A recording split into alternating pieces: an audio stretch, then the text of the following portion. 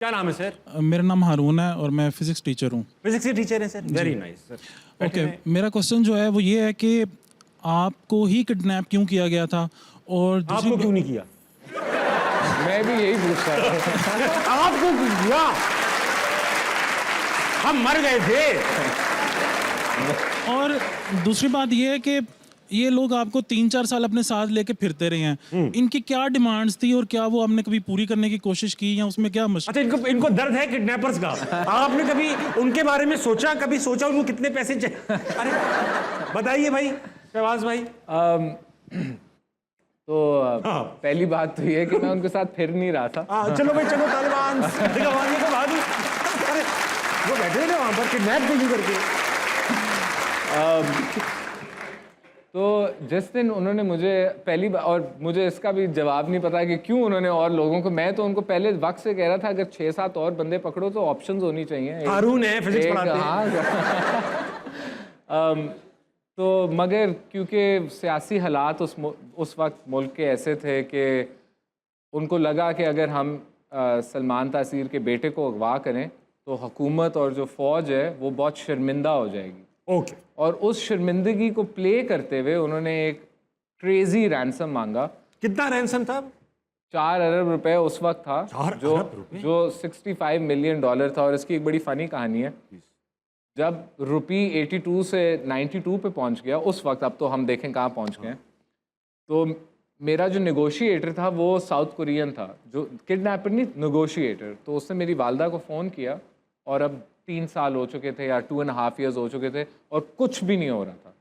तो कहता है मैडम वो हमारी जो डिमांड थी वो डॉलर के साथ हेज थी, तो अब 10 रुपए की इन्फ्लेशन हो गई, तो हमारी वही डिमांड है, मतलब कि 4 अरब 65 मिलियन, ये नहीं कि अब आपको 50 हो गया। सिक्का राइजुल वक्त था। हाँ, तो मतलब इस तरह की बेवकूफ़। अच्छा, ये अब मुझे इंटरेस्टिंग बात बताइए। Negotiator south Korean, kidnapper Uzbek, आप किडनैपिंग उर्दू बोलने वाला, ये बात कैसे कर रहे थे आप लोग? ये अच्छा, मेरा जो किडनैपर था वो तो पढ़ा हुआ था एक मदरसे से कराची, उसको तो तो आती वो उसकी उर्दू बहुत अच्छी थी। लेकिन जो बाकी थे हम साइन लैंग्वेज और कभी कोई और गलत इशारा करते तो नहीं करते समझ मैंने रहे हो? उज़्बेक और पश्तो भी सीख ली।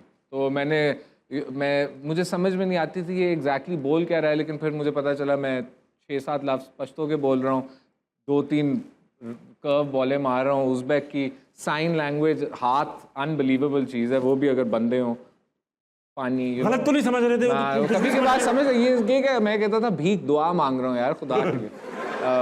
तो मगर ये नहीं मैं कभी एक्सप्लेन कर सका कि क्यों उनकी इतनी रिडिकुलस डिमांड थी। फिर जो एक साथ फिरने की बात आई, उनके कुछ असल में बंदे हमारी सिक्योरिटी एजेंसीज, हम लोग अपनी सिक्योरिटी एजेंसीज को बड़ा टारगेट करते हैं कि वो ये नहीं करते, वो ये शायद जो उनको करना, लेकिन जो वो काम करते हैं वो सही करते हैं। उन्होंने पहले दिन ही 3 मेरे अगवाकारों को उठा लिया और उन 3 बंदों की वजह से मेरी ज़िंदगी जो है असल में हैज हुई। मैं हंसता हूँ इसके बारे में, मगर बहुत ऐसे लोग हैं जो कोलेटरल वो बन गए 3 लोग के, भाई हमारे पास भी 3 है। हाँ, हमारे पास 3 और आप, मगर मैं बहुत लकी था क्योंकि बहुत ऐसे पाकिस्तानी हैं जो अगवा हुए हैं जिनका हमें पता नहीं है। वो एक तस्वीर है, एक घर का नाम है, उनको ज़िबा किया जाता है, उनसे नहीं पूछा जाता आपका दीन क्या है, आप मुसलमान हैं, आप कैसे आए, उनको बताया जाता है हम क्या सोचते हैं आप क्या हैं, और उनका कत्ल होता है अगर ये डिमांड्स मीट ना हों। और ये अमीर लोग नहीं होते। ये एक आदमी था, वो बादाम बेचने वाला था फ्रॉम अंदरून शहर, उसको इन्होंने अगवा किया है, 5 करोड़ रुपए मांगे हैं, वो बेचारा नहीं दे, वो गरीब आदमी था, वो नहीं दे सकता, और उन्होंने 3 महीने में उसको ज़िबा करके उसको बॉडी वापस घर भेजी। तो शुक्र है मेरे साथ फिरते रहे थे, क्योंकि ये बहुत बहुत बहुत ख़तरनाक लोग हैं और इनके दिल में किसी के लिए रहम नहीं। अच्छा, इसमें एक और क्वेश्चन है।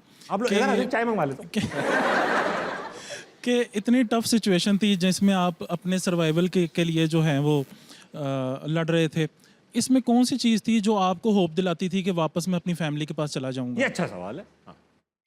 हारून भाई हैज़ हिट द नेल।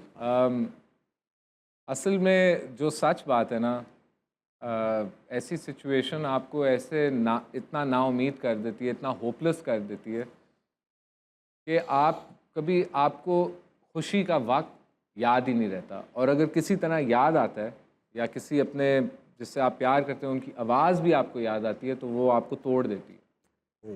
तो बहुत बहुत मतलब मैं आपको कैसे बताऊं, इतना मुश्किल वक्त है। और उसमें मैं आपको सिर्फ एक चीज़ कहूँगा कि जब मैं सबसे नाउम्मीद था अपनी ज़िंदगी में और मैं ज़िंदा भी नहीं रहना चाहता था, तो अल्लाह अपना जो करामा है और मिरेकल मौत से है ना, वो इंसान को अजीब तरीक़ों से दिखाता है। कुरान की आयत है, वो कहता है हम तुम्हें लाखों लाखों साइंस दिखाएंगे मगर तुम्हारा दिल इतना सख्त है तुम कबूल नहीं करोगे। तो मतलब कि हम बैठे बैठे अपनी आम रूटीन में भी अल्लाह के मौत से होते हैं, हम बस उनको कंसिडर नहीं करते। मैंने रैंडमली कुरान मजीद खोला और मैं पढ़ रहा था एक आयत, और उसमें लिखा हुआ था, उसकी ट्रांसलेशन ये थी कि नाउमीदी कुफर होती है। ये बात मुझे बहुत ज़ोर से लगी क्योंकि मैं दुनिया का सबसे नाउमीद आदमी था और ये मुझे काफिर भी कहते थे। तो मैंने कहा यार ये तो नहीं हो सकता कि अब आखिरी सांसों में हम इस अजाब में भी फंस जाएं। मैंने इसको रिसर्च बड़ा करना शुरू किया और मेरे पास लाइब्रेरी नहीं थी, 3-4 टेररिस्ट की किताबें थी, उसमें से एक था सैयद कुतुब जिसने मुस्लिम ब्रदरहुड को बनाया था। उसने 100 गलत बातों में एक खूबसूरत बात की थी। वो कहता था कि नाउमीदी ये है कि आपने अल्लाह के मिरेकल में यकीन करना छोड़ दिया। तुम तो एक ज़ात हो, अरबों तुम जैसे, ये एक दुनिया है, इस तरह की लाखों करोड़ों सिर्फ इस सोलर सिस्टम में इतने ज़्यादा हैं, और तुम उस दुनिया की एक क्रिएशन हो। तुम्हारे अंदर तुम्हें मैंने फ्री विल दी है, इंटेलिजेंस दी है, ये तुम्हारी क्वालिटीज़ हैं, मेरी क्वालिटीज़ तो नहीं है। ये मेरी क्वालिटीज़ वो काम करना है जो तुम कभी सोच भी नहीं सकते। तो तुमने कैसे इस अंधेरे कमरे में सोचा कि मैं इधर नूर नहीं डाल सकता? यही तो मेरी ताकत है। बहुत अच्छी बात की आपने, बहुत अच्छी। तो मैं कभी वो लफ्ज़ नहीं भूला, और मैंने उस दिन मैंने कसम खाई थी कि जो भी होता है वो सिर्फ इंसान की बेहतरी के लिए होता है, चाहे आपकी जान भी चली जाए उसमें अल्लाह ने बेहतरी रखी है। बहुत अच्छा, बहुत अच्छा। थैंक यू अरुण भाई।